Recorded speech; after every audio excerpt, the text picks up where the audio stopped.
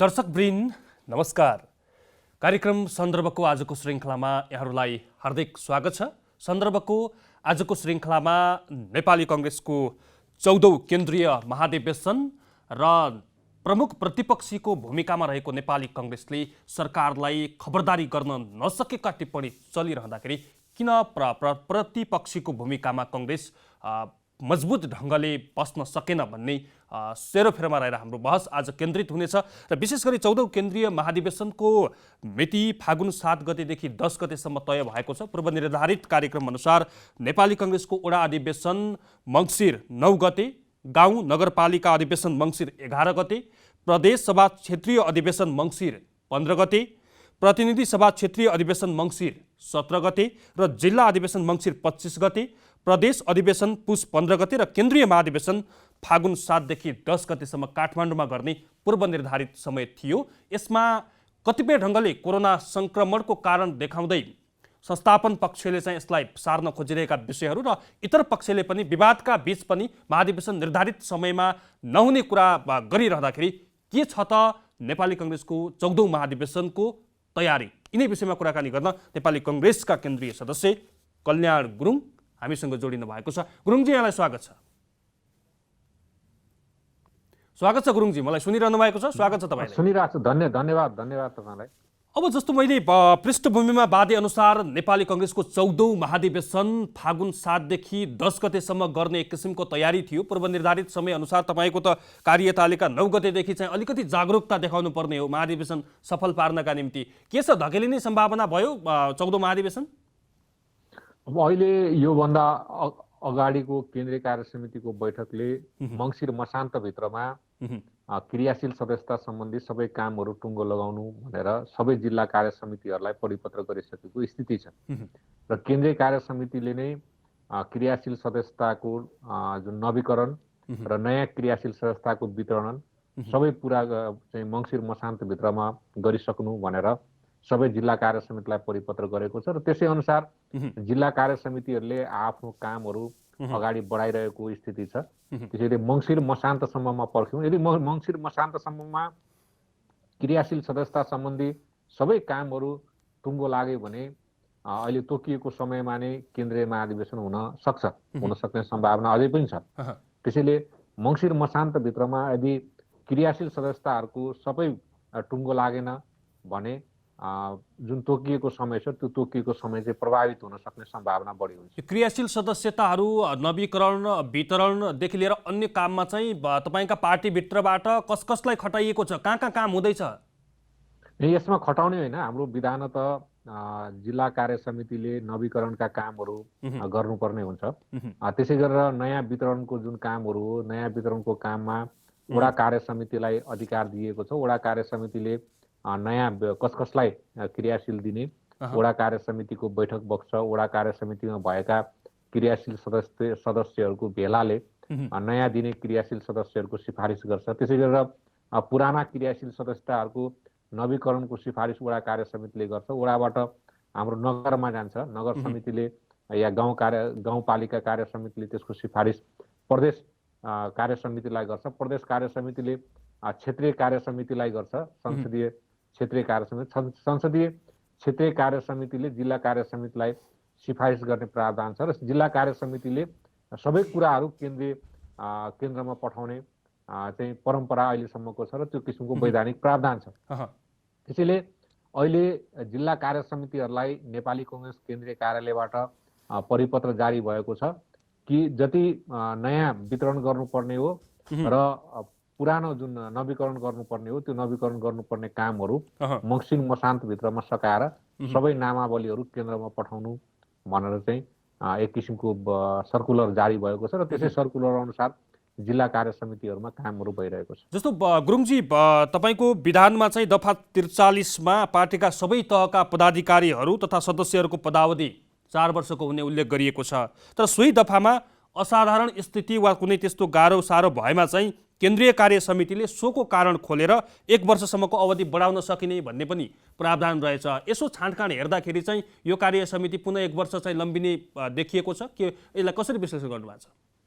यसलाई हामीले के भनेका छौँ भने हाम्रो वास्तवमा कार्य समितिको म्याद 4 वर्षकै हो र विशेष परिस्थितिमा हामीले 1 वर्ष म्याद थप्नु पाउने प्रावधान छ। त्यो नेपाली कांग्रेसको विधान अनुसारको प्रावधान हो। त्यो प्रावधान अनुसार हामीले फागुन भित्रमा नै आफ्ना अधिवेशनहरू केन्द्रीय महाधिवेशन सम्पन्न गरिसक्नुपर्छ। नेपाली कांग्रेसको विधानले 5 वर्षभन्दा बढी समयको परिकल्पना गरेको स्थिति छैन।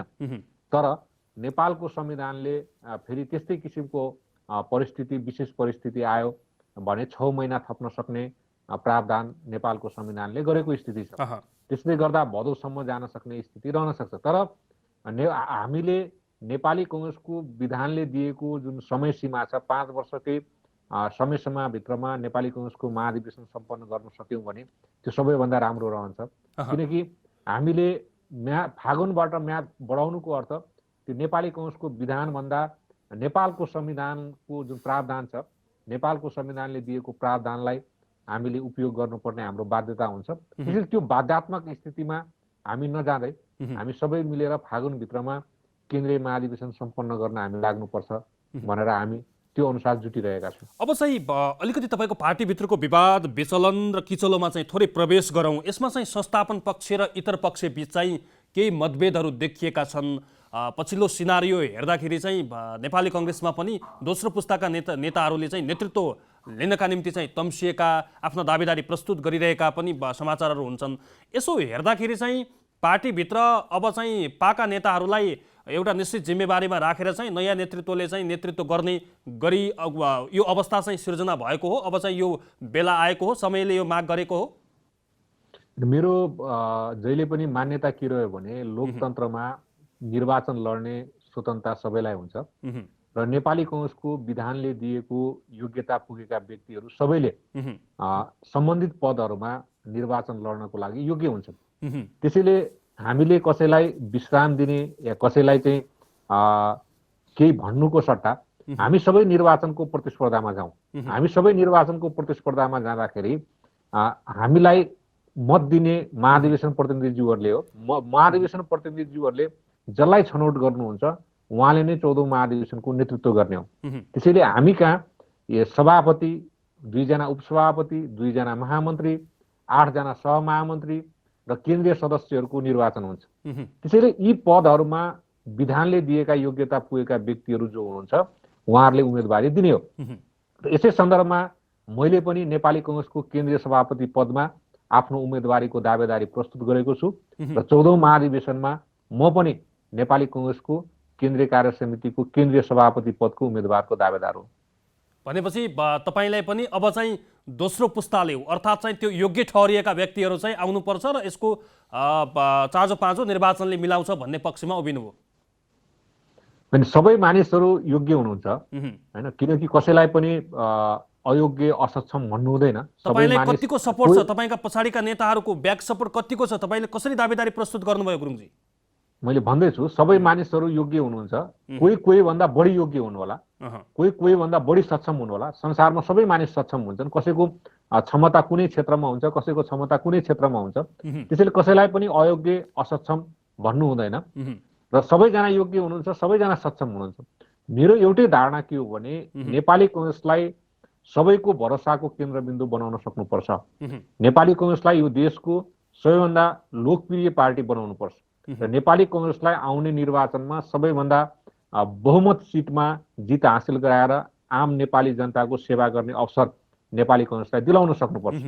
र त्यसको निम्ति नेपाली कांग्रेसको जुन 14औं महाधिवेशन हो, 14औं महाधिवेशन प्रमुख एउटा चाहिँ हाम्रो लागि एउटा त्यो थलो हुन्छ जुन थलोमा हामीले वैचारिक बहसहरू गर्न सक्छौँ, आउने नीति तथा कार्यक्रमहरूको बारेमा बहस गर्न सक्छौँ, विधानमा के कुरामा संशोधन गर्ने हो ती कुरामा बहस गर्न सक्छौँ। राष्ट्रिय राजनीतिमा उठेका सवालहरू जहाँ नेपाली कांग्रेसले निर्वाह गर्नुपर्ने भूमिकाहरूको बारेमा हामी छलफल गर्न सक्छौँ र त्यो छलफलहरूले एउटा निर्कुल दिन्छ, एउटा निष्कर्ष दिन्छ। त्यो निष्कर्षलाई लिएर हामी 14औं महाधिवेशन पछि आफ्ना कार्यक्रमहरू बनाएर आम जनताको बीचमा जान सक्छौँ। त्यसैले प्रमुख दायित्व भनेको अहिले नेपाली कांग्रेसलाई आम नेपालीको भरोसाको केन्द्रबिन्दु बनाउनु पर्ने हो। र आम नेपालीको भरोसाको केन्द्रबिन्दु यदि हामीले नेपाली कांग्रेसलाई बनाउन सक्यौँ भने आउने निर्वाचनमा नेपाली कांग्रेस बहुमत सहितको सबैभन्दा ठूलो पार्टी भएर यो देशमा आउन सक्छ। तपाईँले भन्नुभयो केन्द्रीय सभापतिको म पनि दावेदार हो भनेर, तपाईँ पार्टीलाई चलाउन सक्नुहुन्छ, पार्टीलाई हाँक्न सक्नुहुन्छ, तपाईँले विश्वास गर्छन् नेता कार्यकर्ताले? 100% म चलाउन सक्छु।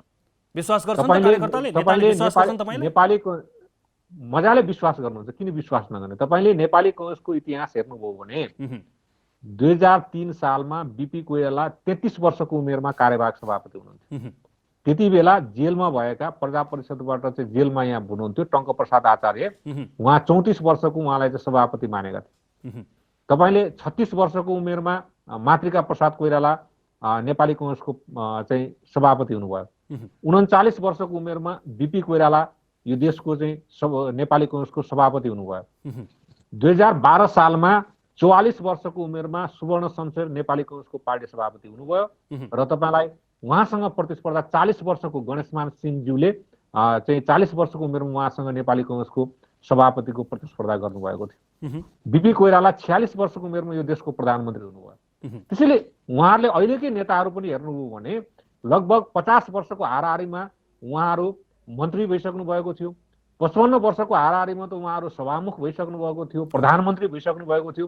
त्यति मात्रै होइन, नेपाली कङ्ग्रेसको सभापतिको चुनाव पनि लडिसक्नु भएको थियो अहिलेकै नेताहरूले। त्यसकारणले गर्दा उमेरकै आधारले भन्यो भने पहिलेदेखि नै नेपाली कङ्ग्रेस युवाहरूकै नेतृत्वमा हो। नेपाली कङ्ग्रेसको स्थापना कालदेखि नै नेपाली कङ्ग्रेस युवाहरूकै नेतृत्वमा थियो र युवाहरूले नै नेपाली कङ्ग्रेसको जुन साख, वर्चस्व, सङ्गठन विस्तार, प्रभाव र यो देशको लोकतान्त्रिक आन्दोलनमा महत्त्वपूर्ण भूमिका निर्वाह गर्नुभएको। मैले पनि नेपालको लोकतान्त्रिक आन्दोलनमा आफ्नो तर्फबाट सकेको चाहिँ महत्त्वपूर्ण भूमिकाहरू निर्वाह गरेको छु र नेपाली कङ्ग्रेसको हरेक कार्यक्रममा आफ्नो किसिम भूमिका निर्वाह गरेको छु। त्यसैले नेपाल विधायक सङ्घको केन्द्रीय अध्यक्ष हुँदाहुँदै मैले मेचीदेखि महाकालीसम्म आफ्ना भूमिकाहरू निर्वाह गरेको छु। त्यो आम मेचीदेखि महाकालीसम्मका आम नेपाली कङ्ग्रेसको महाधिवेशन प्रतिनिधिहरूले म प्रति विश्वास गर्नुहुनेछ र आउने जुन 14औं महाधिवेशन छ त्यो 14औं महाधिवेशनमा नेपाली कङ्ग्रेसलाई भोलिको दिनमा देशको सबैभन्दा ठुलो पार्टी बनाउन, भोलिको दिनमा सबैको भरोसाको केन्द्रबिन्दु बनाउन, स्वदेशमा रहनुभएका नेपालीहरू, विदेशमा कामको सिलसिलामा, अध्ययनको सिलसिलामा विदेशमा रहनुभएका आम नेपालीहरूको भरोसाको केन्द्रबिन्दु बनाउनुको निम्ति उहाँहरूले निश्चित रूपमा नयाँ पुस्तालाई आफ्नो विश्वास गर्नुहुनेछ र नयाँ पुस्ताको तर्फबाट मैले नेपाली कङ्ग्रेसको केन्द्रीय महाधिवेशनमा केन्द्रीय सभापति पदको उम्मेदवारीको दावेदारी प्रस्तुत गरेको। तपाईँ चाहिँ उमेर हदको पक्षमा पनि हुनुहुन्न, तपाईँ स्वच्छ प्रतिस्पर्धाको पक्षमा पनि हुनुहुन्छ, तर पछिल्लो समय हेर्दाखेरि चाहिँ पार्टीभित्रका यी सबै प्रवृत्तिहरू हेर्दाखेरि र त्यसबाट दिगदार लागेर चाहिँ पार्टीका नेताहरूलाई घुर्क्याउनलाई तपाईँको उम्मेदवारी हो या चाहिँ तपाईँ अनन्तसम्म चाहिँ तपाईँको महाधिवेशनको समयसम्म चाहिँ तपाईँको दावेदारी र उम्मेदवारी रहन्छ? म तपाईँको मिडिया मार्फत यो मिडिया हेरिरहनुभएका, जनता टेलिभिजन हेरिरहनुभएका सम्पूर्ण नेपाली जनताहरू, सम्पूर्ण नेपाली दर्शकहरूलाई म भन्न चाहन्छु, नेपाली कङ्ग्रेसको 14औं महाधिवेशनमा कल्याण कुमार गुरुङ केन्द्रीय सभापति पदको उम्मेदवारको दावेदार हो र 14औं महाधिवेशनमा कल्याण कुमार गुरुङ केन्द्रीय सभापति पदमा आफ्नो उम्मेदवारी दिन्छ।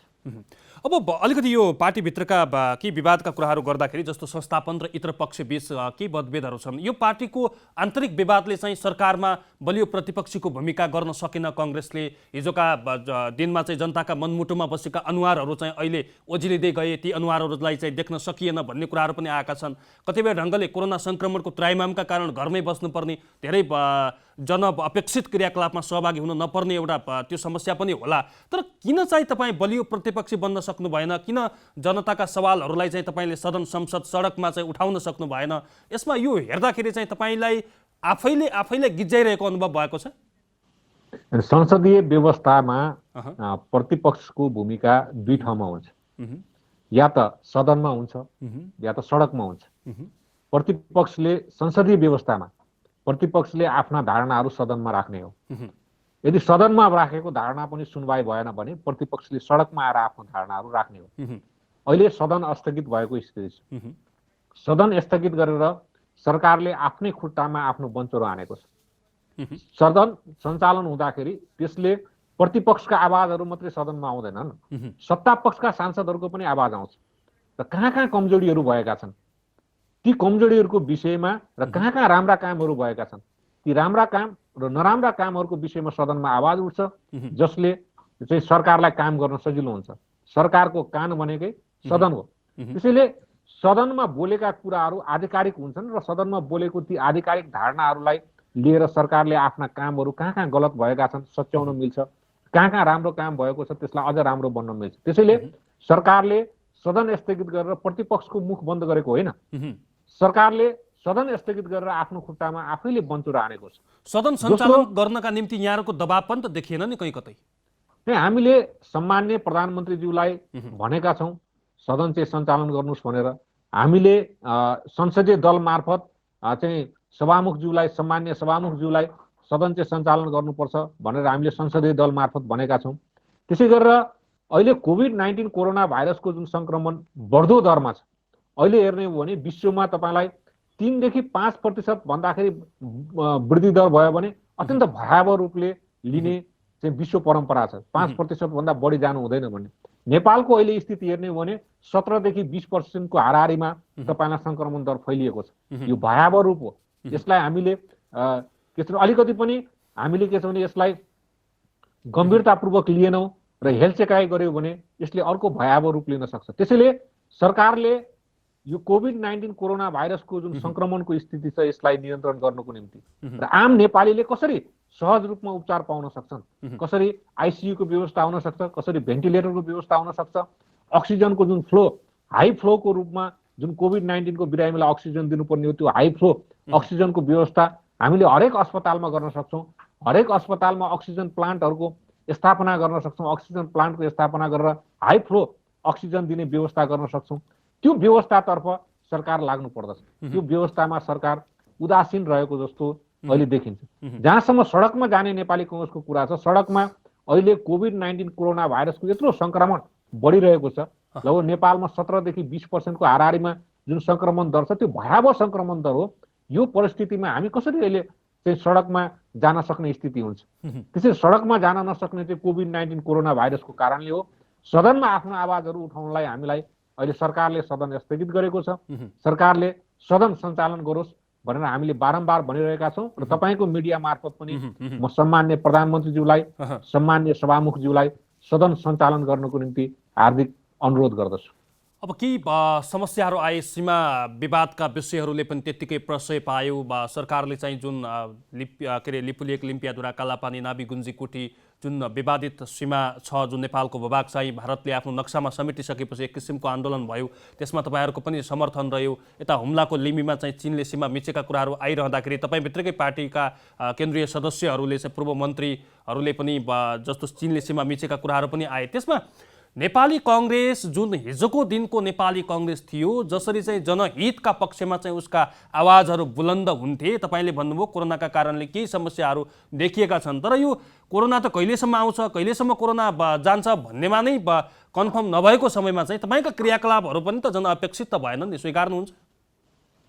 जनअपेक्षा वास्तवमा उहाँहरूले जुन जनअपेक्षा गर्नुभएको हो सडकमा आओस् भनेर, मैले अघि नै भने सडकमा आउन सक्ने स्थिति छैन। कोभिड-19 कोरोना भाइरसको सङ्क्रमणलाई गम्भीरतापूर्वक हामीले लिनुपर्छ। यसमा सानो पनि हेलचेक्राइ गर्नु हुँदैन। सानो हेलचेक्राइले कसरी अहिले सङ्क्रमण दर उल्टै तपाईँको नेतृत्व चाहिँ सत्ता साझेदारीका निम्ति चाहिँ छलफल र बहसमा भएका समाचारहरू बाहिरिन्छन्। यसले त भनौँ न तपाईँहरू त मिलिजुली सरकार नै जाने, सरकारमा जाने, सरकार बनाउने ढङ्गले कांग्रेस प्रस्तुत भयो कि भन्ने किसिमको म्यासेज पनि त गएको छ नि तल्लो वर्गसम्म। अनि यो एकदमै गलत कुरा हो। यो कसले झुठो प्रचार गर्यो थाहा छैन हैन। नेपाली कांग्रेसले सत्ता साझेदारको निम्ति प्रस्ताव पनि गरेको छैन र नेपाली कांग्रेसलाई सत्ता साझेदारको निम्ति प्रस्ताव पनि कतैबाट आएको छैन। जसले प्रस्ताव गर्यो भनेको छ त्यो पनि गलत प्रचार हो र जसले नेपाली कांग्रेस सत्ता साझेदार गर्दैछ भनेर प्रचार गरेको छ त्यो पनि गलत प्रचार हो। त्यसैले यो गलत प्रचार चाहिँ किन भइरहेको छ मैले बुझिरहेको छैन। संसदीय व्यवस्थामा सत्ता पक्ष र प्रतिपक्षको बीचमा भेट हुन्छ। सम्माननीय प्रधानमन्त्रीज्यू र प्रतिपक्षको दलको नेताको बीचमा भेट हुने र जुन मुलुकमा देखिएका समस्याहरूको विषयमा छलफल हुने, यो संसदीय व्यवस्थामा यो परम्परा रहिरहेको छ। त्यसैले यो राजनीतिक परम्परालाई निरन्तरता दिनको निम्ति मुलुकमा देखिएका समस्याहरू, आम जनजीविकाका सवालहरू र आम जनताका समस्याहरूको विषयमा ध्यान आकर्षण गराउनको निम्ति प्रमुख प्रतिपक्षको दलको नेता नेपाली कांग्रेसको सभापति आदरणीय शेरबहादुर देउवाज्यूले सम्माननीय प्रधानमन्त्री केपी शर्मा ओलीज्यूलाई जुन भेटघाट गर्नुभएको छ यो संसदीय मर्यादा अनुसारै हो, संसदीय परम्परा अनुसारै हो। त्यसैले संसदीय व्यवस्था जब हामी मानिरहेका छौँ भने त्यो संसदीय परम्परा अनुसारको सत्ता पक्षको नेता सम्मान्य प्रधानमन्त्रीज्यू र प्रतिपक्षको नेता नेपाली कांग्रेसका सभापति आदरणीय शेरबहादुर देउवाज्यूको बीचमा भेटघाट हुनु यो राम्रो कुरा हो। हामी अन्तिममा छौँ गुरुङजी, हामी अन्तिमतिर छौँ। सडकमा राजा आऊ देश बचाऊ भन्ने नारा चाहिँ घन्किरहेका छन्। यो स्थितिको सिर्जना त तपाईँहरूले नै त गरिरहनु भएको छ नि, किन चाहिँ अर्को तत्त्वले चाहिँ सडकमा अब चाहिँ हाम्रो राजाको चाहिँ अनुभूति गरिरहेको छ? अब राजाले मात्रै देश हाँक्न सक्छ, सबै व्यवस्था चाहिँ फेल भए भनेर चाहिँ सडकमा नाराबाजी घन्किरहँदाखेरि चाहिँ तपाईँका मनमुटुहरूमा बिच्दैन, चसक्क हुँदैन मुटु? अनि हामी लोकतान्त्रिक पद्धतिमा विश्वास गर्छौँ, बहुदलीय संसदीय लोकतन्त्रमा विश्वास गर्छौँ हामी र सधैँभरि हामीले विश्वास गरिरहेका छौँ। त्यसैले सबै किसिमका आवाजहरू जुन छ शान्तिपूर्ण रूपले आफ्ना धारणाहरू राख्न पाइन्छ हैन, आफ्ना धारणाहरू राख्न नपाउने कुरो होइन। शान्तिपूर्ण रूपले अहिंसात्मक रूपले आफ्ना धारणाहरू राख्न पाउनुहुन्छ, तर त्यो धारणा नै अन्तिम सत्य हो भनेर कसैले पनि भन्न सकिँदैन, किनकि विचारहरू फरक हुन्छन्। जस्तै नेपाली कांग्रेसको सैद्धान्तिक विचार आफ्नो एउटा छ, नेकपाको सैद्धान्तिक विचार आफ्नो एउटा छ, नेपाली कांग्रेस र नेकपाको बीचको सैद्धान्तिक विचारमा फरक छ। त्यसैले आफ्नो आफ्नो विचार शान्तिपूर्ण रूपले अहिंसात्मक रूपले आफ्ना विचार आफ्ना धारणाहरू राख्ने, त्यही भएर त हामीले लोकतान्त्रिक पद्धतिलाई हामीले अंगीकार गरेको कारण त्यो हो नि। त्यसैले लोकतान्त्रिक पद्धतिमा जनताको अभिमत लिएर शासनमा पुग्ने हो, जनताको भोटबाट शासनमा पुग्ने हो। त्यसैले संसदीय व्यवस्थामा जनताको भोटबाट शासनमा पुगिन्छ। जनताको अभिमत अहिले जुन छ त्यो अभिमतलाई हामीले स्वीकार्नुपर्छ। जनताको अभिमत बहुदलीय लोकतान्त्रिक प्रणालीको पक्षमा छ र त्यो रहिरहन्छ। त्यसैले हाम्रो जुन संविधान छ नेपालको संविधान, यसले बहुदलीय लोकतान्त्रिक परिपाटीलाई विश्वास गरेको छ। बहुदलीय लोकतान्त्रिक परिपाटीमा हाम्रो आस्था छ र हामी बहुदलीय जुन लोकतन्त्र छ बहुदलीय लोकतन्त्रलाई स्वीकार गरेर अगाडि बढिरहेका छौँ। र हामी स्पष्ट भन्न चाहन्छौँ, बहुदलीय लोकतन्त्रमा जनताको अभिमत सबैभन्दा ठुलो कुरा हुन्छ। त्यसैले जनताको अभिमत, जनताको मत लिएर जनताको ब्यालेटबाट जुन मतदानको प्रक्रिया छ त्यो मतदानको प्रक्रियाबाट नै महत्त्वपूर्ण समयका लागि म धेरै धेरै धन्यवाद दिन चाहन्छु गुरुङजी, यहाँको महत्त्वपूर्ण समयका लागि। हस्, धन्यवाद। धन्यवाद तपाईँलाई। उहाँ हुनुहुन्थ्यो नेपाली कांग्रेसका केन्द्रीय सदस्य कल्याण गुरुङ। नेपाली कांग्रेसभित्रको समसामयिक विषय 14औं महाधिवेशन निर्धारित समयमा हुन सक्ने नसक्ने परिस्थितिका विषयमा बहस गऱ्यौँ। आजका लागि सन्दर्भको समय सकिएको छ। खेम्बम बिदा हुन्छु। नमस्कार।